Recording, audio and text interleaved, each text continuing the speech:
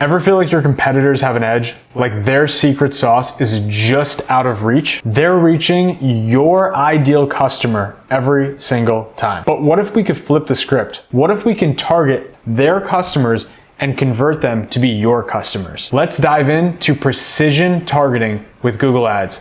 It's not about overspending here. This is really about outsmarting and over strategizing. My name's Sam Polero. I ran ads at VaynerMedia, one of the premier agencies in New York City. I also ran ads for Bark, one of the largest, fastest growing e-commerce brands in the entire world. Now I own the Moonlighters. We help brands go from 7 figures to 8 figures running strategic ads for growth. In this video, we are going to go through the setup that we use with our clients to absolutely crush their competition using custom audiences in Google. Okay, so looking in the Google Ads platform, wherever you are, whatever kind of campaign you are running, this is generally what you're going to see. Now, I want to put a big caveat here because a lot of UIs, so what you're seeing, the user interface, is going to vary from user to user.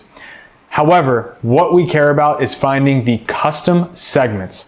This is going to be how we target our existing customers. This is going to be how we target your competitors' customers in our ads. Cool.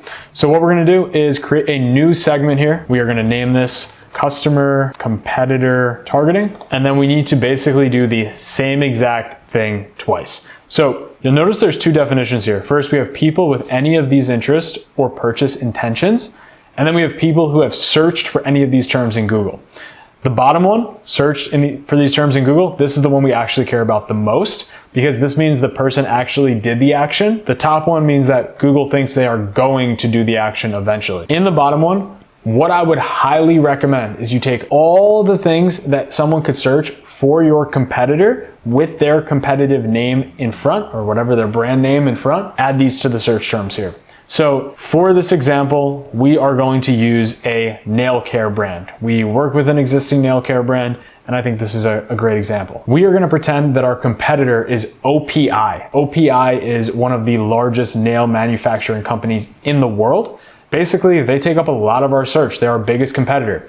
So what we do here is we type in OPI. That would be the very first thing. We could totally ignore what we're seeing here. We could completely ignore these suggestions. All we need to do is hit enter. You can see how easy this is. We literally just want to type in dozens of terms here. And I'm pretty sure the limit is over 50. So we could just type a ton in here. So what I would do is let's say OPI gel polish.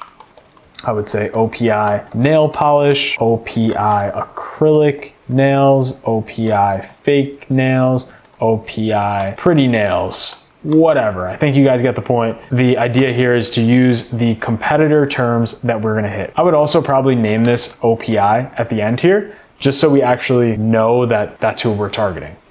So this hits a ton. We don't really care too much about these weekly impressions, but what we really want to do is make sure that these demographics over here, these segment insights, are pretty similar to what we'd expect. Right, so this is a female-oriented category, so we do expect the gender to be 91% female. That's extremely accurate for us. Cool. Once we do this, we click save down here, and then we go back in to create a new segment, and we would name it the same thing. So we'd say customer competitive or competitor. And then the only difference here is we want to use the intent. So I would always write intent here just so we could see the difference in these campaigns. And we're going to do the same exact example with OPI. Best practice is we literally just type in the exact same terms that we typed in before. So this would be like OPI, OPI nails, OPI acrylic nails, whatever it may be. Just hit enter, we enter them in here, and we click the save button. Cool. So once this is set up, I would highly recommend you do this for a bunch of competitors. Do this for 2, 3, 4, 5 different competitors. Especially do this for competitors that are in a very similar revenue category as you, because that's going to really allow you to swoop in